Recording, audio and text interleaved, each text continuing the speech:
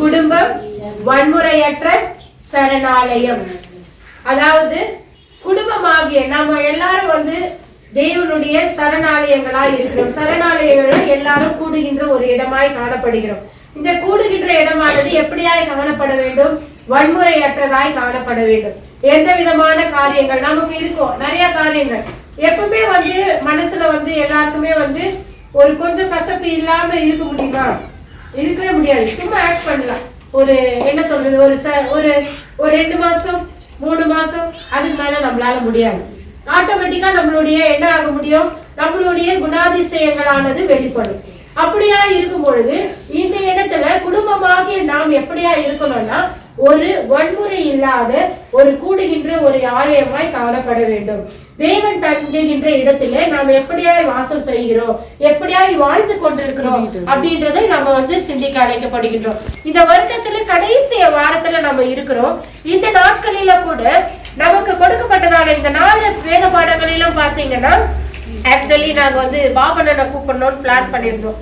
So பாபண்ணனுக்கு அப்பா inform பண்ணிட்டு இருப்பாருன்னு நினைச்சா லாஸ்ட் மினிட்ல மறந்துட்டு இருக்காங்க நானும். ஸோ நேற்று நைட்டு சொன்ன உடனே சரி ஓகே அப்படின்ட்டு ப்ரிப்பேர் பண்ணும்போது வாசிக்கும் பொழுதே நீங்க அந்த வேத பாடங்கள்ல இருக்கும் பொழுதே பாத்தீங்கன்னா தெரிஞ்சிருக்கும். அதுல கிளியரா சொல்லப்பட்டதான காரியங்கள். ஃபர்ஸ்ட் ஆதியாகமம் எடுத்தவர்கள் வாசிக்கலாமே. 50 சொல்லப்பட்ட காரியங்கள். அதுல கொடுக்கப்பட்டதானது வந்து பாத்தீங்கன்னா யோசேப்பை பற்றி கொடுக்கப்பட்டிருக்கும். சோ யோசேப்பு வந்து நம்மளுக்கு நல்லாவே தெரியும். இவரை வந்து என்ன பண்ணிருப்பாங்க, சகோதரர்கள் என்ன பண்ணிட்டாங்க, அவரை வந்து அவர் மீது பொறாமை கொண்டு, ஏன்னா அவங்களுக்கு தகப்பனாருடைய பாசம் எல்லாம் யார் மேல இருக்கு, யோசேப்பின் மேல இருக்கு அப்படின்னு சொல்லிட்டு அவங்க மனசுல கொண்ட பொறாமையின் நிமித்தமாய் அவங்க என்ன பண்ணாங்க, அந்த சகோதரர் என்ன பண்ணிட்டாங்க, ஒரு பள்ளத்துல போய் கூட்டு போய் போட்டு வந்துட்டாங்க. அவரை என்ன பண்றாங்க, அவர் வந்து சொப்பனக்காரரா இருந்தபடினால அவர் வந்து அந்த ராஜா வந்து ஒரு சொப்பனை கண்டிருப்பாரு. அதனுடைய விளக்கத்தை அவர் சொன்னது நிமித்தமாய் அந்த நாட்டுல வந்து அவரை என்ன பண்ணுவாங்க, ஒரு அதிகாரியாய் நிறுத்தி இருப்பாங்க. சோ அந்த இடத்துல வந்து அப்போ வந்து கடைசியாய் வந்து அவங்க தகப்பனார் வந்து மறிக்கிறாரு. யோசேப்பினுடைய அப்பா வந்து மறிச்ச உடனே சோ என்ன ஆகுதுன்னா அப்போ வந்து சொல்றாரு, போய் என்ன பண்ணு, உன்னுடைய சகோதரனாகி யோசேப்பை வந்து என்ன பண்ணுங்க, கூப்பிடுங்க.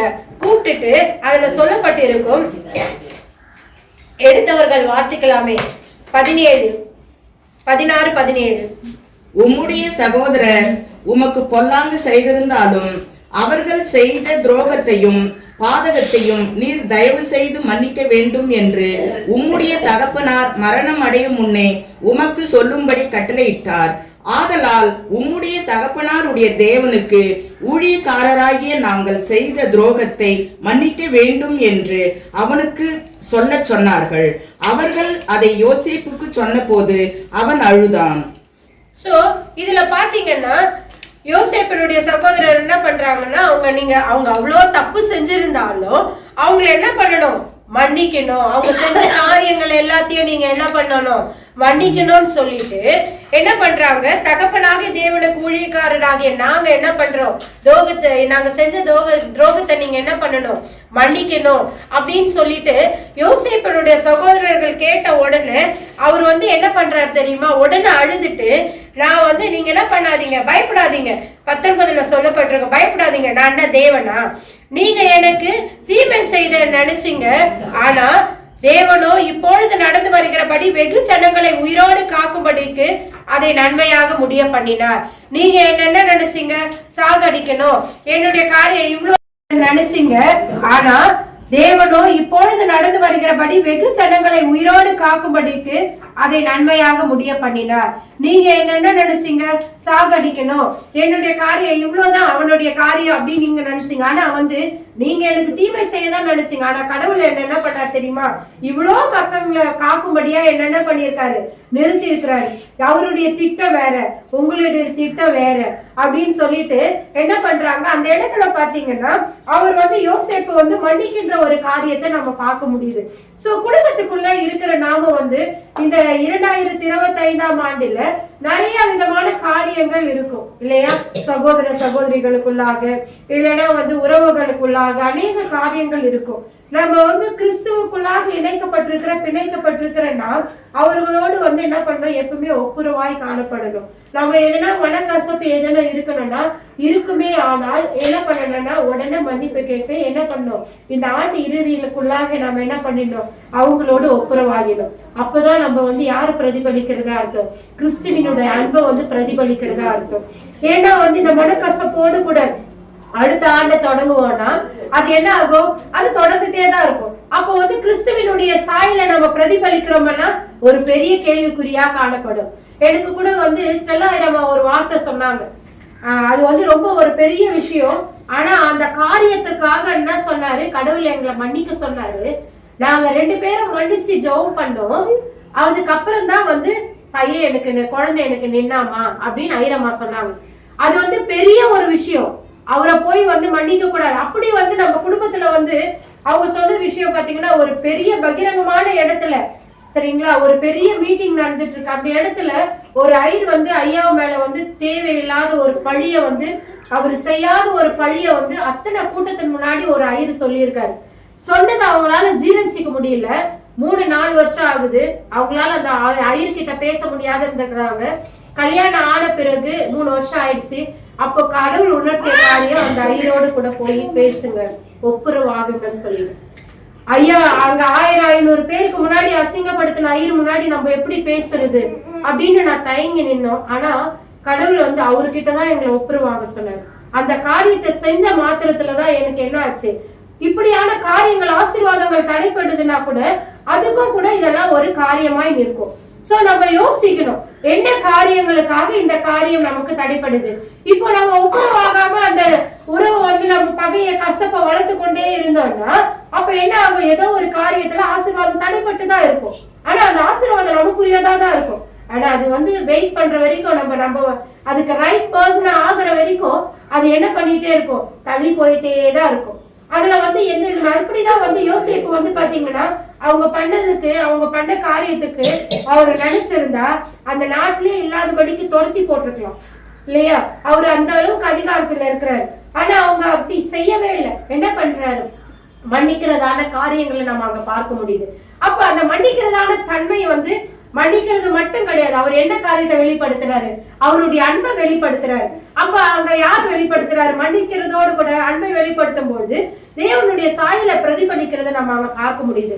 அப்ப நம்ம வந்து எல்லாருக்கும் எப்படியாய் காணப்படணும், மன்னிக்கின்றவர்களாய் அன்பை பிரதிபலிக்கும் பொழுதுதான் தேவனை நம்ம பிரதிபலிக்க முடியும். நம்ம வந்து வார வாரம் சர்ச்சைக்கு வரோம், நாங்க எல்லாரும் கூட சுமூகமா இருந்துட்டு போறோம், அப்படி அல்ல. நம்ம எப்படியாய் பிரதிபலிக்கிறோம். எல்லாருமே தேவனா இருந்துட முடியும்னு சொல்லவே முடியாது. எல்லாரும் ரைட் பர்சனா யாரையும் நம்ம வந்து குறிப்பிட்டு கையை நீட்டி யாராலையும் சொல்லவே முடியாது. ஆனா முயற்சி பண்ணணும், அந்த சாயலை பிரதிபலிக்கிறதுக்கு முயற்சி பண்ணணும். ஒவ்வொரு நாளும் நம்மள என்ன பண்ணிக்கணும், எதனா ஒரு பர்சன்ட் நான் உங்களை சாயலை பிரதிபலிக்கிறதுக்கு எதனா ஒரு காரியம் நான் பண்றேன்னா 1% நம்மளே நாமே வந்து நம்ம செய்யும் பொழுதுதான் நம்ம வந்து என்ன பண்ண முடியும், கடவுளை வந்து மற்றவங்களுக்கு காட்ட முடியும். அது மூலமாய் மற்றவர்கள் என்ன பண்ண முடியும். ஆனா இப்ப இருக்கிற சிச்சுவேஷன்ல பாத்தீங்கன்னா அநேக காரியங்கள், எக்ஸாம்பிளுக்கு யாரு சொல்றாங்க, புறஜாதியார் கூட பர்ஃபெக்டா இருக்கிறாங்க. ஆனா வந்து நம்ம கிறிஸ்தவர்கள் நம் இனத்தார் யாருமே வந்து என்ன பண்றது கிடையாது. நம்ம வந்து ரோல் மாடலா இருக்கிறதே கிடையாது. என்ன தெரியுமா, நம்மளுக்கெல்லாம் ஒரு தைரியம் லதாஜிக்கா இருக்கிறது. என்னன்னு சொல்லுங்க, தேவன் இரக்கமுள்ளவரா இருக்கிறார், அவர் மன்னிக்கிறவரா இருக்கிறார். நம்மளுக்கு வந்து என்ன பண்ணிட்டே இருக்கிறாரு, நம்ம மேல அன்பா இருக்கிறாரு. அதனால நம்ம என்ன சொன்னாலும் என்ன செஞ்சாலும் என்ன பண்ணுவாரு, நம்மள ஆசீர்வதிக்காம நம்மள எப்ப போனாலும் முட்டி போட்டு நம்ம வாரம் போய் போன வாரத்துல அண்ணன் சொன்னாரு, போன வாரத்துக்கு முதல்ல வரேன்னு நினைக்கிறேன், பாவரிக்க ஜபத்தை நம்ம வந்து சொல்லிட்டோம்னா நம்ம என்ன பண்றோம், நம்மளுடைய பாவங்களை மன்னிச்சிடறாரு. நம்மளுக்கு வந்து என்ன பண்றாரு, நம்மளுடைய ஜபத்தை அங்கீகரிக்கிறாரு. ஒரு முறை கேட்க, 2வது முறை கேட்கலாம் நம்மளுக்கு கோபம் வருது. ஆனா இதே நம்ம செய்யாத இருக்கிறோமே அதை நம்ம உணர்றவங்க கிடையாது. நான் இப்படி செய்யாம இருக்கிறேனே அந்த காரியத்தை நான் யோசிக்கிறவங்க கிடையாது. சோ இந்த காரியங்கள் எல்லாம் நாம வந்து அநேக கிறிஸ்தவர்கள் மத்தியில காணப்படுகின்றதான காரியங்கள். உதாரணத்துக்கு நம்ம வந்து இப்படி இருக்க மாட்டாங்கப்பா கிறிஸ்டியன்ஸ் சொல்றது போய் கிறிஸ்டியன்ஸே இப்படி இருக்கிறாங்க அப்படின்ற சிச்சுவேஷன்ல தான் நம்ம இருக்கிறோம். நம்ம பேசுகிற வார்த்தைகள் எப்படியாய் காணப்படுது, மற்றவங்க கிட்ட நம்மள பிரதிபலிக்கிறோமா, அவரை பிரதிபலிக்கிறோமா? அவருடைய சாயல தரிக்கப்பட்டனா, நான் சிலுவையின் அடையாளத்தை என் நெற்றியில வரைஞ்சிட்டு இருக்கேனே, நான் அவரை பிரதிபலிக்கிறேனா? நான் அவரை வந்து ஒருத்தவங்க வந்து நம்மளை பார்த்துட்டு சொல்லணும், அம்மா இருக்கிற இடம் தெரியாது போற, அது வந்து ஜெபம் பண்ணிட்டு போறாங்க அவ்வளவுதான் பாக்குறோம் அப்படின்னு சொல்றாங்களா, ஐயோ இவங்களான்னு சொல்றாங்களான்றது நம்ம யோசிக்கணும். சோ சற்று இந்த காரியங்களை நம்ம யோசிக்கும் பொழுது நிச்சயமாய் வருகிற நாட்களில, வருகிற வருடத்துல அநேக சாட்சிகளாய், தூண்களாய் நம்ம மாற்ற முடியும். நம்ம மட்டும் வந்து ஆசீர்வாதத்தை பெற்றுக்கொள்வதில்லை, மற்றவர்களுக்கும் சாட்சிகளை அறிவிக்கிறதுக்கும் மற்றவர்களுக்கு சுவிசேஷத்தை பிரசங்கிக்கிறதுக்காக தான் நம்மளை ஏற்படுத்தி இருக்கிறாரு. நம்ம எல்லாம் அழைக்கப்பட்ட காரியமே அதுதான், மற்றவர்களுக்கு சுவிசேஷத்தை அறிவிக்கிறதுக்கு, ராஜரீக ஆசாரிய கூட்டத்திற்கு, பரலோக ராஜ்யத்திற்கு கொண்டு செல்றதுக்கு தான் நம்மள வந்து நிலையை நிறுத்தி இருக்கிறாங்க. அவங்களெல்லாம் கூட்டி சேர்க்கிற வேலை நம்மளோட வேலை, எல்லாரையும் கூட்டி இணைக்கிற வேலை நம்மளுடைய வேலை. ஆனா அவங்கள கிட்ட போய் டைரக்டா நம்ம சில பேர் கிட்ட பேசவே முடியாது, ஆனா அவங்களுக்காக ஜெபம் பண்ண முடியும். ஆன்டி சொன்னது போல நம்ம வந்து ஜெபிக்கிற உதடுகள் மேலானது. நாம ஜெபிக்கும் பொழுது அநேக காரியங்கள் மாற்றப்படுமே. எப்ப எத்தனை நாள் நம்ம சுயநலமாய் எனக்காக என் குடும்பத்துக்காக நிற்க போறோம்? மற்றவர்களுக்காக ஜெபிக்கும் பொழுது நம்மளுடைய சிறையிருப்பு மாற்றப்படும். ஆமென். சோ நம்ம மற்றவர்களுக்காக ஜெபிக்கும் பொழுது நிச்சயமாகவே நம்மளுடைய காரியங்கள் எல்லாமே மாற்றப்படும். இதுல எந்த விதமான மாற்று கருத்துமே கிடையாது. யோசேப்பு வந்து அன்னைக்கு வந்து நினைச்சிருக்கலாம், அவங்க சகோதரர்கள் பொறாமை நிமித்தமா தூக்கி போய் போட்டாங்க பள்ளத்துல, அவ்வளவுதான் அவளுடைய நிலைமை நினைச்சாங்க. ஆனா ராஜாவாய் நிறுத்தினார் இல்லையா? அப்படியான வல்லமையுள்ள தேவன் நம்மோடு கூட இருக்கிறார். நம்மள வந்து எப்பவுமே நம்ம நினைக்கவே கூடாது நான் இப்படி இருக்கிற, டவுனாவே கண்டிப்பா கிடையாது. இது ஒரு சர்டன் பீரியட், அதுக்கப்புறம் என் தேவன் உயர்த்துவார். அப்ப எல்லாரும் என்ன பார்த்து என்ன பண்ணுவாங்க, இவங்களால பார்த்து ஆச்சரியப்படும்படியா வைப்பாங்கன்ற ஒரு விசுவாச வாழ்க்கை நமக்குள்ள இருக்கும் பொழுதுதான் நம்ம என்ன பண்ண முடியும், அவருக்காக ஓட முடியும். இல்லைன்னா இப்படியே நம்ம என்ன பண்ணிட்டு இருப்போம், இத்தனை மாத்துமாக்கள், இந்த 11 பேர் குடும்பமா, அந்த குடும்பத்தோடு தான் நம்ம சபை நிறுத்தப்படும். இதுவும் ஒரு காரணம். நம்ம காரியங்கள், நிறைய காரியங்கள் இருக்கு. சபை வந்து வளராததுக்கும் நம்ம குடும்ப கட்டமைப்பானது வளர்ச்சி அடையாமல் இருப்பதற்கும் இது மாதிரியான காரியங்கள் தான். முதலாவது மன்னிப்பையும் அன்பையும் நம்ம வெளிக்காட்ட வேண்டும். நம்ம வந்து இன்னைக்கு வாசிக்க கேட்ட பகுதியில கூட பாத்தீங்கன்னா லூக்கால சொல்லப்பட்டிருக்கும், நம்மளுக்கு ரொம்ப ஃபெமிலியரான சாப்டர் அது. என்ன சாப்டர் அது? நம்ம இன்னைக்கு அழகா வாசிச்சாங்க இல்லையா? நிறைய வசனங்கள் பொறுமையா வாசிச்சாங்க. எதை குறிச்சு பார்த்தோம்? லூக்கா 15. ரொம்ப ஃபெமிலியரான ஸ்டோரி. யாருன்னா படிச்சவங்க சொல்லாமே, பாத்தீங்களா? மனமாறிய மைந்தன், கெட்டகுமாரன் கதை. இப்ப கெட்டகுமாரன் எல்லாம் சொல்லுவது இல்லை, என்னன்னா மனம் திரும்பிய மைந்தன் இல்ல. சோ அவர் வந்து மனம் மாறினார். இந்த இடத்துல பாத்தீங்கன்னா ஒரு வன்முறையற்ற குடும்ப சூழலை உருவாக்குறதுக்கு தகப்பன் வந்து முயற்சி செய்யறாரு. சரிங்களா? பிள்ளைங்களை வந்து அழகா வச்சு என்ன பண்றாரு, பாத்துக்கணும்னு நினைக்கிறாரு. ஒருத்தர் என்ன பண்றாரு, அவருடைய ஆசையை வாங்கிட்டு போறாரு, கஷ்டப்பட்டு என்ன பண்றாரு, திரும்பி வர்றாரு. திரும்பி வந்து என்ன பண்றாரு, தகப்பனோடு இணைகிறார். கூட்டு இணைகிறதான, குடும்பம் இணைகிறதான காரியம். அப்ப வந்து அவர் என்ன பண்றாரு, அவருடைய பிள்ளைக்கு வந்து என்ன பண்றாரு, அவரு மன்னிக்கிறார். மன்னிக்காம, நீ சொத்தெல்லாம் எடுத்துட்டு போயிட்ட, நீ கடவுள்னு சொல்லல, நீ வராதன்னு சொல்லல, தூரத்திலே பார்த்துட்டு என் பையனுடைய சாயல போல இருக்கேன்னு ஓடி போய் கட்டி பிடிக்கிறார். அப்படியாதான் நம்மளுடைய தேவனும் இருக்கிறார். நம்ம வந்து அவரை விட்டு தூரம் போயிட்டோம்னா, அவரை விட்டு பின்மாறி போயிட்டோம்னா என்னைக்கு வருவோம் அப்படின்ட்டு அந்த தகப்பனை போல காத்துட்டு இருக்காரு. ஒவ்வொரு நாளும் காத்துட்டு இருக்காரு. அப்படி காத்துட்டு என்ன பண்றாரு, வந்த பிறகு எப்போ வந்து நான் என் பிள்ளை வருவா அப்படின்ட்டு ஓடி வந்து கட்டி பிடிக்கிறது போல அப்படியான அரவணைப்பை வந்து நம்மளுக்கு என்ன பண்ணுவார், தேவன் கட்டளையிடுவார். நம்மளுடைய காரியங்களை மன்னிப்பார், நாம் செய்த குற்றங்களை மன்னிப்பார். எப்போ அவர்கிட்ட வந்து நம்ம வந்து மனத்தாழ்மை எப்படி அவர்கிட்ட போறோமோ, நான் செஞ்சதெல்லாம் தப்புன்ட்டு எப்படி அந்த குமாரன் என்ன ஒரு வேலைக்காரனாவது வச்சுக்கங்கன்னு இறங்கி போறாங்க இல்லையா, அப்படியா நம்ம போகும்போது மாத்திரமே அந்த மன்னிப்பையும் அவருக்கு என்னெல்லாம் விருந்து ரெடி பண்ணாங்கல்ல அப்படியான ஆசீர்வாதத்தை நாம பார்க்க முடியும். நிச்சயமாகவே இந்த காரியங்கள் எல்லாமே வந்து பாத்தீங்கன்னா தேவன் வந்து நமக்கு கொடுக்கப்பட்ட முதலாவது குடும்பத்துல காணப்பட வேண்டியது, உறவுகளுக்குள்ளே காணப்பட வேண்டும். ஒருவருக்கு ஒருவர் மன்னிக்கின்றவர்களாய் காணப்பட வேண்டும், ஒருவருக்கு ஒருவர் அன்பு செய்கின்றவர்களாய் காணப்பட வேண்டும். அப்படியாய் காணப்படும் பொழுதுதான் வந்து என்ன பண்ண முடியும், நம்ம வந்து உண்மையான ஆசீர்வாதத்தை நாம் பெற்றுக்கொள்ள முடியும். எடுத்தவர்கள் வாசிக்கலாமே. நம்ம வந்து எப்பவுமே வந்து ஒரு குடும்பத்துல இணைக்கப்பட்டவர்களா இருக்கின்ற நாம் வந்து ஜெபிக்கின்றவர்களாய் காணப்பட வேண்டும். மத்தேயு 6:6 எடுத்தவர்கள் வாசிக்கலாமே.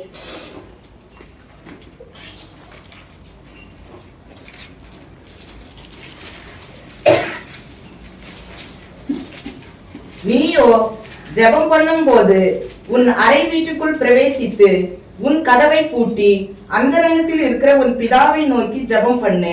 அப்பொழுது அந்தரங்கத்தில் பார்க்கிற உன் பிதா வெளியரங்கமாய் உனக்கு பலனளிப்பார். சோ இங்க பாத்தீங்கன்னா நம்ம ஜெபம் பண்ணுகின்றவர்களாய் காணப்படணும். எப்படி எல்லாருக்கும் தெரியணும், ஜெபம் பண்ணும்போது அலப்பாதையங்கள் இருக்கும். சோ நம்ம யாருக்கும் தெரியணும்னு அவசியமே கிடையாது. நம்ம அறக்கதவை பூட்டி கொண்டு நம்ம வந்து என்ன பண்ண தேவனோடு கூட நம்ம தொடர்பு கொள்ளும் பொழுது நம்ம ராஜநாயர் சொன்ன மாதிரி கனெக்ஷன் எப்பவுமே இருக்கணுமா. அது மாதிரி கனெக்ஷன்ல இருக்கும் பொழுது நம்ம வந்து என்ன பண்ற வெளியரங்கமான காரியங்களை தேவன் வந்து நமக்கு கொடுப்பார். நம்ம வந்து ஜபிக்கணும், ஒருத்தருக்கு ஒருத்தர் மன்னிக்கணும். குடும்பத்துல காணப்பட வேண்டியது. 2வது அன்பு செலுத்தணும். 3வது ஜபம். நிச்சயமா ஜபம் இல்லாத வீடு கூரை இல்லாத வீடா மாறிடும். அப்போ வந்து ஜபிக்கும் பொழுதுதான், ஜபம் இருந்தா மட்டும்தான் நம்ம வீடு அந்த குடும்பமானது கட்டமைப்பு ஒழுங்கா சீரா இருக்கும். ஜபம் இல்லாம ஒரு காரியத்தையும் நம்ம நிச்சயமா செய்யவே முடியாது. நம்ம நினைச்சுக்கலாம் நம்ம வந்து நம்ம சண்டே போய் ஜெபம் பண்ணிட்டு வந்துட்டோம் கடவுள் செஞ்சிருவாருன்ட்டு. நிச்சயமா கிடையாது.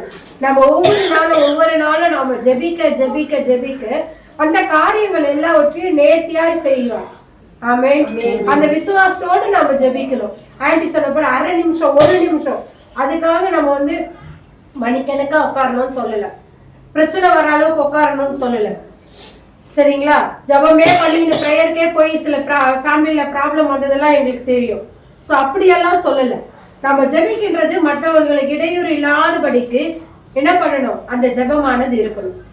ஸோ நம்ம எதனா ப்ரேயர் அட்டன் பண்றோம்னா கூட எந்த ஃபேமிலிலையும் டிஸ்டர்ப் இல்லாதபடிக்கு, குடும்பத்துல எந்த ப்ராப்ளமும் இல்லாதபடிக்கு நடக்கணும். எந்த வகையிலயும் குடும்பத்துல வந்து அதாவது ஒரு இறந்துட்டாங்க, அவங்க ரொம்ப ஸ்பிரிச்சுவல் தான், ஆனா எப்பவுமே ப்ரேயர் போய் அவங்க ஃபேமிலியில பெரிய பிரச்சனையா வந்துச்சு. எப்ப பாரு ஜபத்துக்கு போயிடுறேன் வீட்டுல இருக்கிறவங்கள பாக்குறேன், எனக்கு சாப்பாடு போடல. அப்படி இல்லை, அப்படியா கடவுள் சொல்லல. ஒரு குடும்பத்தை அவருதான் சொல்றாரு, புத்தியுள்ள ஸ்ரீ தன் வீட்டை கட்டுகிறாள், புத்தி இல்லாதவளும் அவளை இடித்து போடுகிறாள். அவ்வளவுதான். சோ நம்ம வந்து புத்தியுள்ள ஒரு ஸ்திரீயாய் காணப்படணும். யாருக்கும் எந்த டிஸ்டர்பன்ஸும் இல்லாதபடிக்கு, தொந்தரவு இல்லாதபடிக்கு நம்மளுடைய ஜபமானது இருக்கும். அப்பதான் வந்து அதுக்கான காரியங்களை நாம பார்க்க முடியும். அது மாத்திரமல்ல, எடுத்தவர்கள் வாசிக்கலாமே. யோவான் 7:37.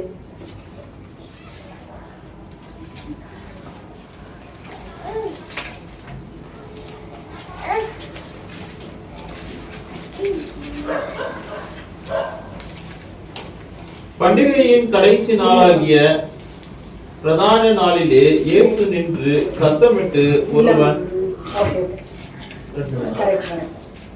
ஒருவன் தாகமாய் இருந்தால் என்னிடத்தில் வந்து பானம் பண்ண கடவன்.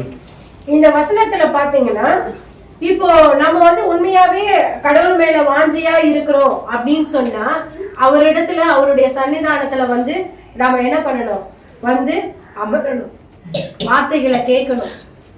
சோ வந்து என்னிடத்துல வர கடவன். அப்ப என்ன பண்ணணும், அவரிடத்துல வரணும், அவரிடத்துல கிட்டி சேருகிறவர்களாய் காணப்படணும். போன வருஷம் எல்லாம் முடிஞ்சு போச்சு. இந்த கொஞ்சம் சிந்தித்து பாருங்களேன், இந்த 52 வாரங்கள்ல எத்தனை வாரம் நம்ம வந்து வராம இருந்திருக்கோம்.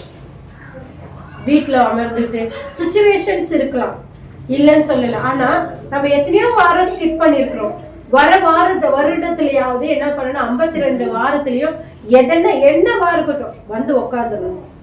நான் உயிரோடு இருக்கிறேன்ல இன்னைக்கு, அதுக்கு வந்து உட்காந்து வந்து நன்றி செலுத்திட்டு, நம்மளுக்கு கமிட்மெண்ட்ஸ் இருக்கு, உடனே கூட என்ன பண்ணலாம், கடவுளுக்கு ஒரு நன்றி சொல்லிட்டு போயிடலாம். ஆனா வந்து வராம ஸ்கிப் பண்ணவே கூடாது. நம்ம 3 வேளை திருப்தியா சாப்பிட வைக்கிறாரு, நம்மளுக்கு இருக்கிற இடத்தை கொடுத்துருக்கிறாரு, நல்ல நம்ம ரொம்ப ஆசீர்வாதமா வச்சிருக்கிறாரு. ஆனா நம்ம வாரத்துல ஒரு நாள் வந்துட்டு 1 மணி நேரமோ 2 மணி நேரம் தான், அது கூட டைம் ஆயிடுச்சுன்னா என்ன பண்றோம், டைம் ஆயிடுச்சேன்னு யோசிக்கிறோம்ல. ஸோ நம்ம இந்த டைம் கூட அவருக்காக ஸ்பெண்ட் பண்ணலன்னா அப்போ வந்து அவருக்குன்னு வாழுற வாழ்க்கை பிரயோஜனமற்றதாய் காணப்படும். ஸோ சும்மா வீணா பேர் கிறிஸ்தவர்களாய் வாழ்ந்து கொண்டிருக்கிறோம்னு அர்த்தம். ஸோ இந்த காரியங்களை நம்ம வந்து மனதில் கொள்ளுவோம். கடைசியாக எடுத்தவர்கள் வாசிக்கலாம். உபாகமம் 1:31.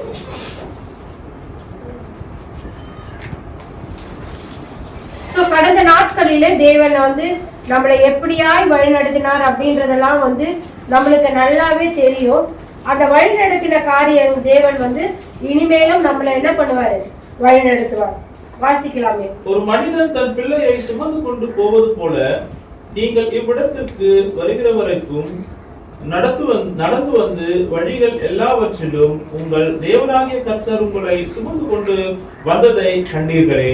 ஆமென், ஆமென், ஆமென். மறுபடியும் சத்தமா வாசிக்கலாமா? ஒரு மனிதன் தன் பிள்ளையை சுமந்து கொண்டு போவது போல நீங்கள் இவ்விடத்திற்கு வருகிற வரைக்கும் நடந்து வந்த வழிகள் எல்லாவற்றிலும் உங்கள் தேவனாகிய கர்த்தர் உங்களை சுமந்து கொண்டு வந்ததை கண்டீர்களே. ஆமென். உண்மையாவே நம்மள என்ன பண்ணிருக்கிறாரு, இந்த நாள் வரைக்கும் என்ன பண்ணிருக்காரு, சுகமாய் நடத்தி வந்திருக்கிறாங்க. அதை நம்ம என்ன பண்ணிருக்கிறோம், கண்களால கண்டு இருக்கிறோம். அதை நன்றி உள்ளவர்களாய் உணர்வு உள்ளவர்களாய் நம்ம என்ன பண்ணணும், இந்த காரியங்களை மனதில் கொள்ளணும். குடும்பம் என்பது வந்து ஒரு வன்முறையற்ற சரணாலயமாய் விளங்கணும்னா நம்மிடத்திலே காணப்பட வேண்டியது மன்னிப்பு, அன்பு, ஜெபம் பண்ணணும். அதுக்கு அடுத்தது எப்பொழுதுமே ஆலயத்தை நாடி தேடி வருகிற தாகமுள்ள ஒரு மக்களாய் நாம காணப்படணும், ஒரு ஆத்மாவாய் காணப்படணும். அப்பதான் வந்து இந்த விதமான காரியங்கள், ஆசீர்வாதங்கள் நமக்கும் தனிப்பட்ட வாழ்விற்கும் குடும்ப வாழ்விற்கும் நாம சொந்தமாக்கி கொள்ள முடியும். கர்த்தர் தாமே திருவார்த்தைகள் நமக்கு என்று ஆசீர்வதிப்பாராக. ஆமென்.